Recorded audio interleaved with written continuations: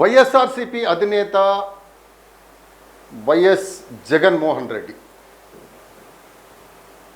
ఒకవైపు దేశంలో కాక్రోచ్ ఉద్యమం నడుస్తుంటే తన నోటి వెంట తాను కూడా కాక్రోచ్లోనే అని చెప్పేసి ఒక డైలాగ్ ఒక మీడియా సమావేశంలో చెప్పడం జరిగింది. మరి అది ఎటువైపు దారి తీసింది అంటే, మరి రాజకీయాల్లో మాట జారితే వెనక్కి తీసుకోలేము అనడానికి కూడా, అంటే వైఎస్ఆర్ కాంగ్రెస్ పార్టీ అధినేత ఏదైతే జగన్మోహన్ రెడ్డి చేసిన ఈ కాక్రోచ్ వ్యాఖ్యలు మాత్రం నిదర్శనంగా చెప్పవచ్చు.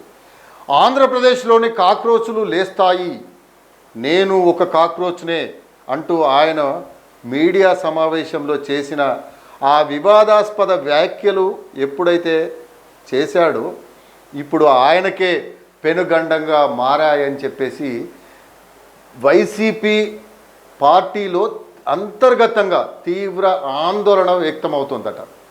తాము తిరగబడతామనే అర్థం వచ్చేలా జగన్మోహన్ రెడ్డి ఇచ్చిన ఈ కాక్రోచ్ సంకేతాలు ఇప్పటి వరకు ఢిల్లీ పెద్దల నుంచి ఉన్న అప్రకటిత సానుకూలతను పూర్తిగా తుడిచిపెట్టేలా చేశాయని కూడా వ్యాఖ్యానాలు వినిపిస్తున్నాయి.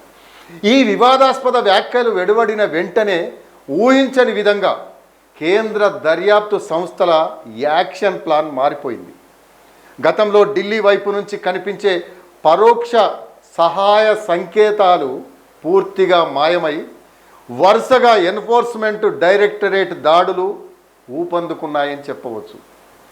195 కోట్ల మద్యం రవాణా కుంభకోణంలో భాగంగా మాజీ మంత్రి కారుమూరి నాగేశ్వరరావు నివాసాలపై దాడులు జరగడం, అత్యంత కీలకమైన ఏపీ ఎస్బీసీఎల్ మాజీ ఎండి దొంతిరెడ్డి వాసుదేవరెడ్డి వంటి అత్యంత సన్నిహితులను ఈడీ అధికారులు చుట్టుముట్టి అరెస్టు చేయడం వైసీపీని కోలేని దెబ్బతీశాయని చెప్పవచ్చు.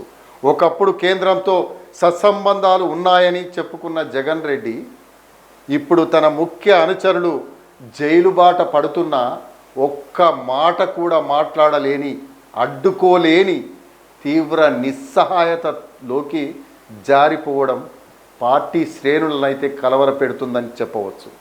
నిజానికి కేంద్రంలో ఉన్న బీజేపీ పెద్దలతో తెర వెనుక సత్సంబంధాలు కొనసాగించడం ద్వారా రాష్ట్రంలో కూటమి ప్రభుత్వం నుంచి వచ్చే న్యాయపరమైన ఇబ్బందుల నుంచి రక్షణ పొందవచ్చని జగన్మోహన్ రెడ్డి భావించిన సంగతి అందరికీ తెలిసిందే.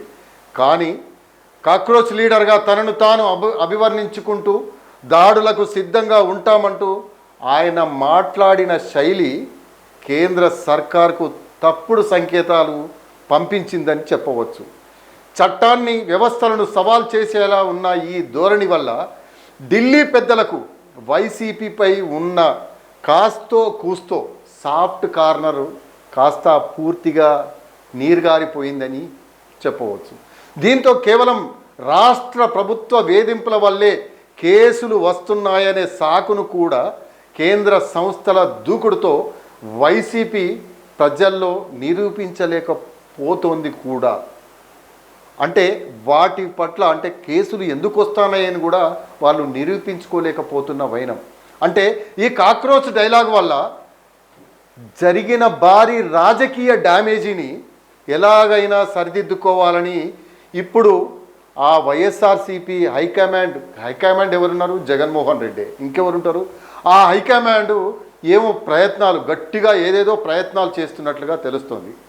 కేంద్రంలో ప్రధాని నరేంద్ర మోదీ నాయకత్వానికి, బీజేపీ ప్రభుత్వానికి తాము ఎల్లప్పుడూ వ్యతిరేకం కాదని నిరూపించుకోవడానికి ఆ జగన్ టీం తీవ్రంగా ఆ సందులు ఏదైతే, అంటే ఎట్లా వాళ్ళ దగ్గరికి మళ్ళీ కావాలి అని చెప్పేసి ఏదో ఒక సందును వెతుకుతున్నట్టుగా తెలుస్తోంది.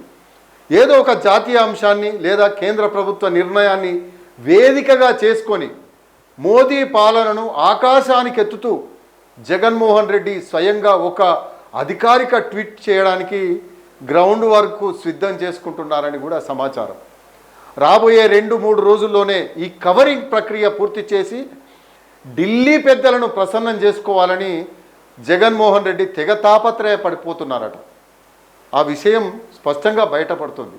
అయితే ఒకసారి విశ్వసనీయత కోల్పోయిన తర్వాత, అంటే ఒకసారి విశ్వసనీయత కోల్పోయిన తర్వాత చేసే ఈ ట్వీట్లు, ఆ భజనలు, ఊకదంపుడు అంటే సమర్థిస్తూ చేసే ఊకదంపుడు ఉపన్యాసాలు, మరి జగన్మోహన్ రెడ్డిని ఆ భజనలు ఏవైతే ట్విట్ భజనలు ఉంటాయి కదా, మరి జగన్మోహన్ రెడ్డిని ఈడీ ఉచ్చు నుంచి కాపాడగలవా అనేది మాత్రం చెప్పడం చాలా కష్టమే.